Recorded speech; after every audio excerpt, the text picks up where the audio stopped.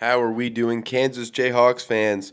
This is your host, Nick Rondeau, bringing at you some Jayhawks Daily content. And first off, I want to appreciate you for watching this content. If you really enjoy watching Kansas Jayhawks basketball content at your doorstep, then hit that subscribe button below, and I appreciate it. But we're going to be previewing tonight's game against TCU, and we're going to try to forget completely about that UCF game, learn from it. Hopefully this one can turn better, and we're at the comfort of our own home, so we'll go through the game and preview it. But yes, 9 p.m. Eastern Time, 8 p.m. Central. Going to be at home at Allen Fieldhouse on ESPN tonight, and super excited because we need another crack at this conference. We need another crack at this conference play.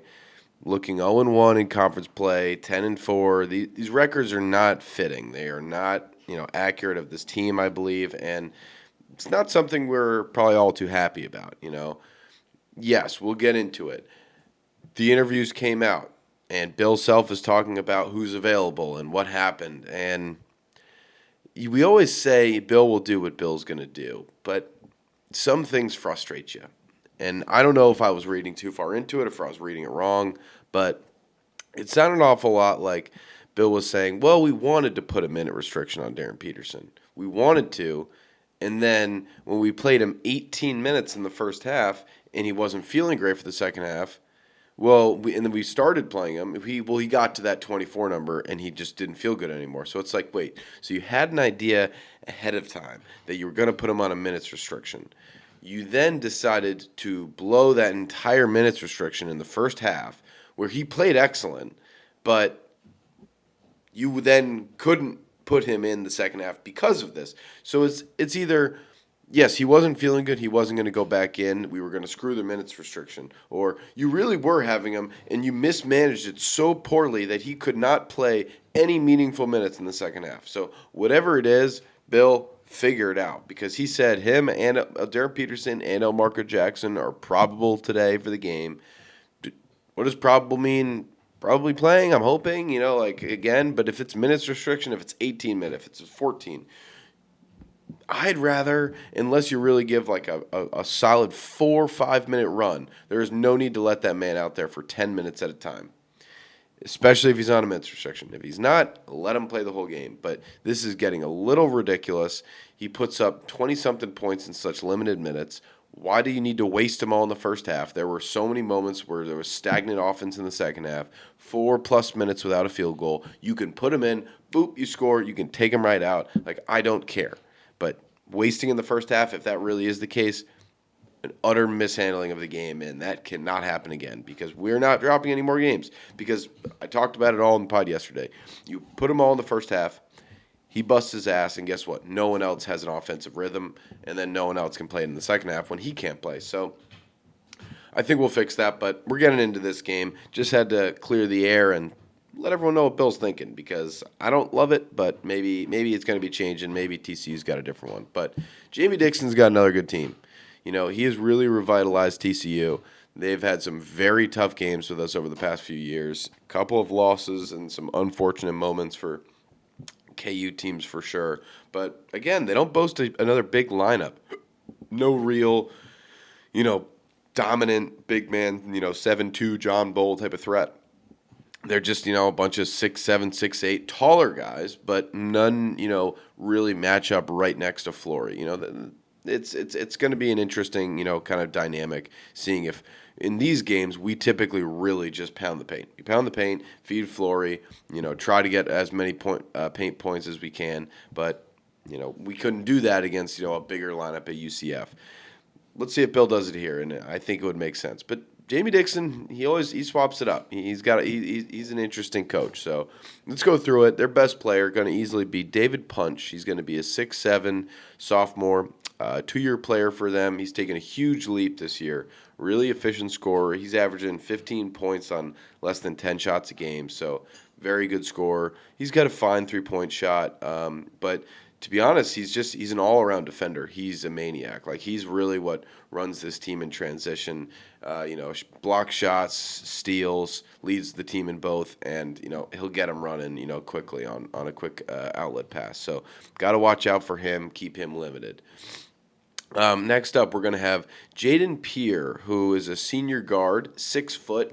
I believe he's a lefty, if I do recall, because he played 3 years at Providence College, and he's a bit of a microwave. This guy, he can really start cooking, quickly. If one goes in, they can all start to fall. But you can if Melvin can really limit him early, keep him out of the game because he's got a pretty good 3-point shot. But if we can limit him early, maybe that could kind of deter him for most of the game. But yeah, he's about a 10 point a game scorer. Did a little bit more for Providence, I would say. But definitely, a good player and decent ball handler. They've all got the ability to really handle the ball, which is not something you can say for every single team. Next up, we're going to go with Xavier Edmonds, 6'8 junior, forward. He's a first-year player for TCU here, but great scorer, good rebounder, kind of all-around guy for them. Bigger forward position. He'll slide into that center as well. But again, like I said, they don't have a monster lineup for sure. Next up, we're going with the guy their top scorer off the bench. It's going to be Micah Robinson. He's a 6'6 sophomore, actually originally from Kansas City, and just a really good scorer all around. Not particularly, 3-point or two or whatnot, but they like Jamie Dixon. He swings that ball around. If they don't have an elite scorer, helping them, from the point position, which they don't exactly have this year, it's kind of trial by error with the whole team by a committee, and it's been working. They just handled. And handled is maybe not the exact word, but they very much handled the state. All this was going on with Baylor, with James Najee coming in. The NBA former draft pick, and all the hype, and he came in and he looked pretty good, and they just staved it off completely. They said, "Nope, you're not winning today. 69-63. We'll handle the business." And they even led by as much as 16 points, I think, at a time. So, and TCU's a great team. Like, speak to them, in general. They beat Florida early in the year when Florida was, really highly ranked. Yes, maybe that was an over-ranking because they're coming off their natty, but definitely a great win. And they didn't get blown out by Michigan. Within a 4-point loss for Michigan, that's impressive. Michigan, opens up as 20-point favorites in a lot of these games because they've just been destroying teams with the axle. I mean, unbelievable play. Elliot Cadeau has been great. Michigan going really strong right now, and TCU kept it close with them. So we've definitely got to give TCU their respect. Very much appreciate that we're at the comfort of Allen Fieldhouse. Continuing on, we're going to their leading minutes player per game right now. That's their point guard, Brock Harding. He's a 6-foot junior. Played 2 years over at Iowa. He's a great facilitator. His 3-point percentage is a little down this year. Transition from Iowa where you've got a very quick pace kind of offense, just kind of running and gunning. Seems like slowing it down may have affected him slightly, but he's facilitating. He's kind of cooking with the ball, and he's playing a lot of minutes. So he definitely fills in that hardworking, smart, kind of just maybe not intelligent, but making the right moves for Jamie Dixon's offense. Always really running them well. And then we're going on to our last one, and I will mess up this name because it's a tough one. I believe it is Litauras Lelavikas. He's a 6'7 junior out of Lithuania and played at Oregon State last year. Pretty good shooter. Kind of that silky European, post moves, and definitely can extend, pretty stretch for savvy. So Bryson Tiller is going to hopefully have to step up and play better than him because he's had a couple of games where he's getting, 15, 17 points, and, we can't afford that. We can only afford, the top scorers to really do it to us, and we need the defense to step up because the defense did not play well enough nearly at all last game. So what do I think are the real game keys for tonight? I think we got to dominate the rebounding category. When we really win, and yes, we won the rebounding battle by 1 against UCF. Didn't matter. Almost everything was close. We could see it was the personnel grouping. It was the offense that wasn't there. But the statistics, the team stats you're looking, you're like, well, didn't really swing one way or another. Well, in this game, when we out rebound, we dominate teams. And I mean when we really out-rebound by 10, by 15. Flory gets aggressive. Trey White gets aggressive. Cole, Melvin, like everyone. Like Melvin had to take off a little bit of the rebounding prowess in the second half because he had to score everything for us. So it was a lot harder. He couldn't do his typical kind of run the offense at his own speed that I think we all appreciate. But we got to also beat them in the transition because they can be a decent transition team. They can run some pace for sure, and it just we need to do a better job at that because I genuinely don't think we've really established that we could be a team that dominates in the transition. We're a team that doesn't force an incredible amount of turnovers. We're a team that definitely plays excellent defense, but sometimes if you get a couple turnovers, you really got to cash in on those quickly, and I feel like we have not done a great job of that this year. And with a team like TCU and a game like this where we don't want the season to start falling away all of a sudden, got to establish it early. Definitely got to put your best foot forward and kind of expand your game in different areas that teams haven't seen. So we've had one or two games where I think yes, we absolutely dominated the transition. Davidson comes to mind, but again, that's Davidson. This is Big 12 basketball. It's different. It's built different in this conference. So we got to step up to the task and really hoping that Flory Badunga can have a big game, rebounding well. Trey White can bounce back on the offensive side because he's been rebounding great. Bryson Tiller just show up, on both sides of the ball, just showing up. That'd be great. And I think everything else will fall. I think at the end of the day, we're back in the Comfort Allen Fieldhouse. We should hopefully have a full complement of players. I think we get back on track. Score prediction, back on track, 84-72. I think we take out a couple of demons on UCF. Definitely get a little bit more scoring runs than we had last game. Some bigger swings, and then maybe we stave off a late comeback or something by TCU. But I do not expect this to really get outside of 12 points, and even that I think is pretty big. This could be a tight game. We played very tight games all year, minus a few games. That NC State game, no one had more than like a 4 or 5 point lead.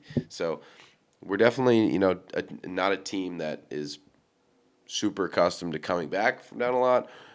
Maybe more accustomed to playing with a bigger lead, but let's see what we can do. Let's see what we do. I'm very excited. We got to go to 11-4. We're on ESPN tonight. We've got a full complement of players. I'm hoping Darren Peterson is playing in a smart minutes restriction, if that's really what it is. I'm talking 10 minutes in the first half, 10 minutes in the second half, or 14 in the second half, whatever it is. I want more second half minutes than first half minutes because we haven't seen Darren Peterson in the second half, really. He always gets pulled in the first because he's injured, so he doesn't finish games. And it makes me think, is he clutch? I can only imagine he is.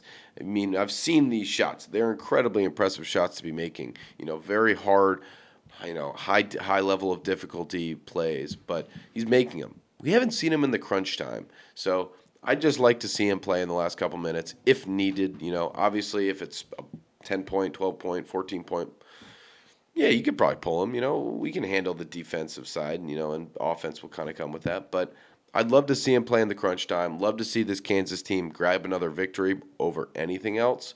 But at the end of the day, we gotta beat Jamie Dixon. Got to move up in the conference because no one else is losing. Iowa State ain't losing. Houston ain't losing. Texas Tech's not losing right now. We just got to pick it up. We cannot keep falling behind. We cannot be like every other team in the Big 12. We can't be dropping games at UCF. Unacceptable. It just means we have to go on a big run right now, including picking up that Iowa State game next week. So I appreciate everyone for tuning in. Let me know what you guys think is going to go on the game. I really do think it's going to be a compliment of everyone today. I think it will be Melvin. I think it will be Flory Badunga because we're going to be establishing the paint presence early with some less shot blockers in there. Bryson helps out. Maybe Trey White re-helps, restocks up on his offensive side of the game. And I'm thinking we'll say 2 Cole Rosario threes. 2 Cole Rosario threes. Maybe Jamari hits one as well. But I appreciate everyone for tuning in. I know everyone will be tuning into the game. Again, 9 p.m. Eastern, 8 p.m. Central. I hope everyone's having an excellent day. And let's get a win tonight. Let's get a win. Come on, Jayhawks. Rock chalk. Go Jayhawks.